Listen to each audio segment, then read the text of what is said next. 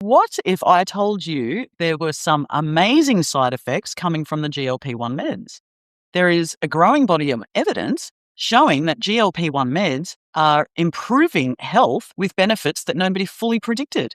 And some of these benefits have nothing at all to do with weight loss. So let's jump in. A trial of over 17,000 people over a 3-year period found that semaglutide reduced the risk of heart attack and stroke by 20%. That was in people with obesity and existing cardiovascular disease. And the 20% reduction in risk was not dependent on how much weight the person lost either. People who lost minimal weight still got the cardiac benefits. Isn't that great news? That actually tells us that the drug is acting directly on the cardiovascular system, including reducing inflammation and improving blood vessel function. And now the FDA has approved semaglutide for cardiovascular disease treatment in overweight adults. So the next one is inflammation on the whole body. So GLP-1 drugs reduce systemic inflammation markers across virtually every trial that they've been used in. And this anti-inflammatory effect appears to be partially independent of weight loss. The drug is dampening inflammation directly. So why does that matter?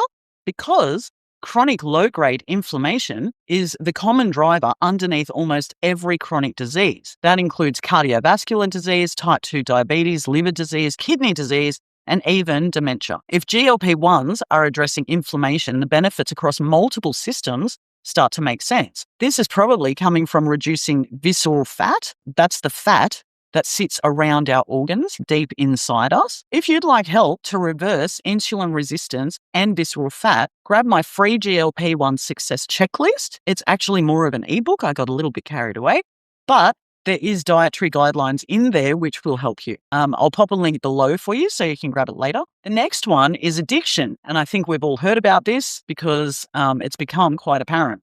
So this one started as an antidote. Doctors began noticing patients on GLP-1 medications were spontaneously reporting that they'd stopped drinking, stopped smoking, or had no interest in gambling. And they did it without even trying. GLP-1 receptors are expressed in the brain's dopamine pathways. This is the pathway that drives addictive behavior. Half the time, we're addicted to the actual dopamine hit, not the substance itself, which you could say about cigarettes because nicotine clears from the body relatively quickly. So the nicotine, although it is very addictive, it's probably more the dopamine hit that we get from the nicotine rather than the nicotine itself. More than 15 clinical trials are now running globally to investigate GLP-1s for substance abuse. GLP-1s aren't yet approved for addiction, but I've heard of doctors actually prescribing it off-label to see if it helps people with addictions. And the next one is sleep apnea. So this is so common among the population. A dedicated trial of tirzepatide on people with obesity and sleep apnea,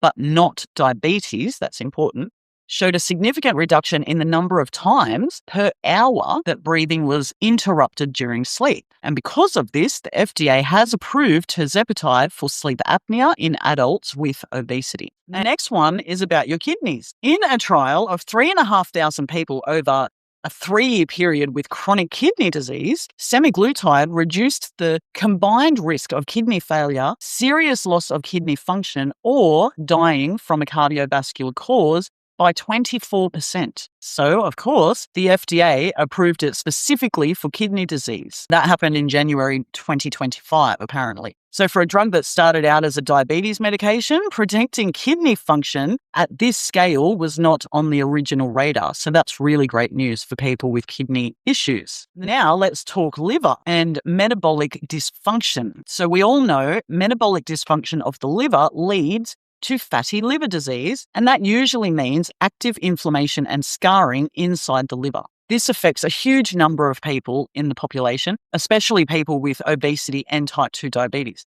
And until recently, there was no approved drug treatment. By the way, this condition is caused by chronically high insulin levels. So getting insulin under control is a way to reverse this condition. So in a large clinical trial running nearly 5 years, semaglutide was shown to measurably reduce the fat, inflammation, and cell damage inside the liver. The results were significant enough that the FDA formally approved it as a treatment for fatty liver disease in 2024. And actually, This is one of the primary areas that retatrutide is being trialled for, and the glucagon component in retatrutide, which directly drives liver fat oxidation. It gives it a strong case for liver outcomes specifically.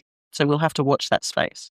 So the next side effect that was unexpected is actually about the brain and dementia and Parkinson's disease. GLP-1 receptors are found in the brain, including areas associated with inflammation, neurodegeneration, and cognitive function. A 2024 analysis using 7 separate target trials found that semaglutide was associated with a 40 to 70% reduced risk of first-time Alzheimer's diagnosis in patients with type 2 diabetes compared to other diabetes medications. That's crazy, right? A separate study presented at the 2024 Alzheimer's conference found that liraglutide, which is Saxenda, was associated with slower cognitive decline and appeared to reduce shrinkage in key brain regions. Early data also suggest a slowing progression in Parkinson's disease, but these are observational studies and dedicated trials are underway as we speak. But the biological mechanism is actually plausible. The signal is consistent across multiple data sets, and if it holds up in trials, we'll probably see GLP-1s being prescribed for many more conditions in the future. Here's what I find really interesting about all of these conditions, with the exception of the dopamine addiction. Every single one of them started because of insulin resistance and progressed from there. This just goes to show, if we would just focus on our nutrition as a foundation of good health, we can avoid all of these other conditions because everything in that list stems from high insulin levels chronically. And all that takes really is swapping out highly processed foods for more natural foods which nature intended for us. It really is that simple. But for people who've already developed these conditions, these findings are really exciting. If you'd like to learn more about healing insulin resistance, watch this video next. It might just save you years of ill health. You never know. And I'll see you in there. Smarternuthub.